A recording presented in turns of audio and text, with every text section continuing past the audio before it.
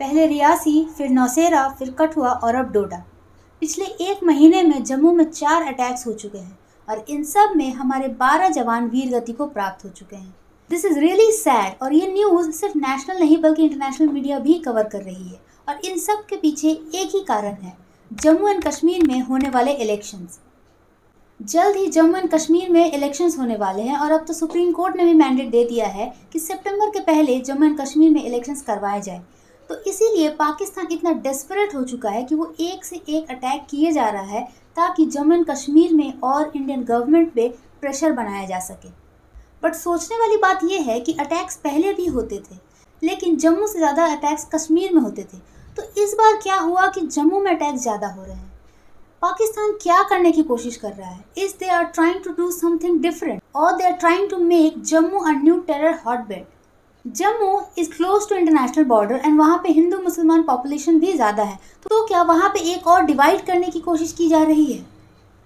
और जो अटैक्स है वो कुछ इस प्रकार किए गए हैं कि सारे अटैक्स एक दूसरे से 200-300 किलोमीटर दूर किए गए हैं। चाहे जम्मू प्रोविंस हो, माउंटेन्स हो या फिर प्लेन्स, हर जगह अटैक्स किए जा रहे हैं। But the question is why Jammu this time? What they are trying to do? Are they trying to show that the terrorism in Jammu and Kashmir has risen again? Jammu which was relatively terror free now becoming the new terror hotbed.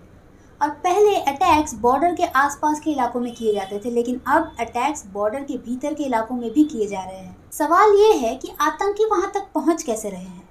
And the answer is Pir Panjal range. The only thing which is responsible और which is helping them out is the Pir Panjal range. Pir Panjal range Jammu और कश्मीर को separate करती है और जम्मू के जिस इलाके में अटैक्स हो रहे हैं वो पीर पंजल रेंज के दायरे में आते हैं। और ये पीर पंजल रेंज ही है जो इंडिया में इन्फिल्ट्रेट कर रहे टेररिस्ट और उन्हें ट्रेनिंग देने वाले ऑर्गेनाइजेशंस का न्यू सेफ प्लेस बनता जा रहा है। Let's understand how Pir Panjal range is helping the militants and why most of the militants and terrorist groups are shifting towards the Pir Panjal range. Pir Panjal range is not a single mountain, rather it is a chain of subsequent mountains जो कि पाकिस्तान में बहने वाली नीलम river से लेके हिमाचल प्रदेश के अपर Beas river तक run करती है। वेस्टर्न हिमालयस का पार्ट होने की वजह से इस रेंज को सूटेबल रेनफॉल रिसीव होता है, जिसके चलते यहाँ का फॉरेस्ट काफ़ी डेंस है और इसमें बहुत सारे मार्शी लैंड्स और नेचुरल केव्स भी हैं। और इंडिया में पीर पंजल रेंज जम्मू रीजन को कश्मीर रीजन से सेपरेट करती है, जहाँ ईस्ट में इस रेंज की बॉर्डर कश्मीर के अनंतनाग, पुलवामा, कुलगाम, किश्तवाड़ और वेस्ट में जम्मू के पूंछ, राजौरी और डोडा जैसे डिस्ट्रिक्ट को टच करती है।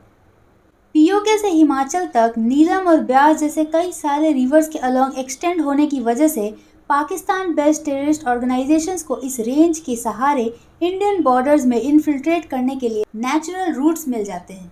और इंडिया पाकिस्तान का जो बॉर्डर है वो लगभग 3323 किलोमीटर का है, जिसमें से केवल जम्मू एंड कश्मीर पाकिस्तान के साथ 1200 किलोमीटर की बॉर्डर शेयर करता है और इतनी बड़ी बॉर्डर को पूरी तरीके से सील करना पॉसिबल नहीं है। इसीलिए इंडिया पाकिस्तान के कश्मीर बॉर्डर के करीब बहुत से ओपन स्पेसेस है जहां से इंडिया में एंटर किया जा सकता है। वैसे ही पीर पंजल रेंज बहुत से ओपन विंडोज प्रोवाइड करता है मिलिटेंट्स को, जहां वो छिप के अपने लोगों को ट्रेनिंग देते हैं और अपने काम को अंजाम देने में कामयाब होते हैं। यहाँ कई सारी केव्स भी हैं जिसे वो छिपने के लिए इस्तेमाल करते हैं और टेररिस्ट एक्टिविटीज का कश्मीर से जम्मू शिफ्ट होने में ये एक बहुत बड़ा कारण है। 2010 से पहले ज्यादातर टेररिस्ट एक्टिविटीज कश्मीर में हुआ करती थी और जम्मू रिलेटिवली सेफ था, लेकिन 2010 के बाद गवर्नमेंट ने मिलिटेंसी को कश्मीर वैली से खत्म करने के लिए वाइड स्केल पे ऑपरेशंस रन किए, जिसमें हमारे आर्म फोर्सेस सफल भी हुए। इस दौरान कई मिलिटेंट ऑर्गेनाइजेशंस और उनके सिस्टम को डिस्ट्रॉय भी किया गया। और तो और 2019 में कश्मीर के स्पेशल स्टेटस को इवोक करने के बाद आर्म फोर्सेस ने मिलिटेंट्स के हर एक हेल्पिंग हैंड को इजीली डिटेक्ट कर लिया, जिसके वजह से लश्कर-ए-तैयबा, जैश-ए-मोहम्मद और हिजबुल मुजाहिदीन जैसे टेररिस्ट ग्रुप्स को यहाँ की हेल्पर से मिलने वाली इन्फॉर्मेशन का फ्लो भी रुक गया और इस वजह से उनके पास कोई हाइड आउट भी नहीं था जहाँ वो छिप सके। तो इस सब की वजह से कश्मीर वैली में तो मिलिटेंट्स रिड्यूस होने लगे, लेकिन इन सब का एक रेसिप्रोकल एक्शन हुआ और वो ये था कि पीओके बेस्ड मिलिटेंट ऑर्गेनाइजेशंस खुद को बचाने के लिए दूसरे रीजन्स में शिफ्ट करने लगे। कुछ ग्रुप्स तो वापस पाकिस्तान चली गई, लेकिन कुछ ग्रुप्स ने इंडिया के सॉइल में ही अपनी जगह बना ली और वो जगह थी पीर पंजल रेंज। यहाँ रहकर वो आर्म्ड फोर्सेस से भी बचे रहते थे एंड ये रेंज उन्हें पाकिस्तान से भी कनेक्ट करती थी। So now the biggest question is how the connection between the Pir Panjal range and the militants can be broken.